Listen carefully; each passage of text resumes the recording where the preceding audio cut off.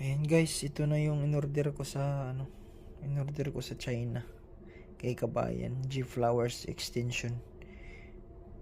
Ito po yung extension niya, ayan.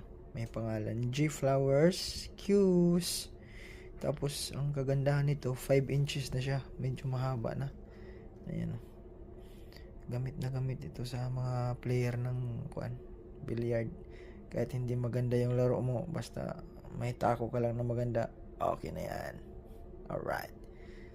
Kaya ito, tatanggal din to. Ayan. Ito yung balikaber pala nito. Hindi ko napansin kanina sa video ko yung una. Yun, ito yung pinaka niya. 3/8 by 8. Ayan. 3 inches by 8. Tapos 8 mm. 8 mm ba yan? Yan, basta yan. 3/8 by 8.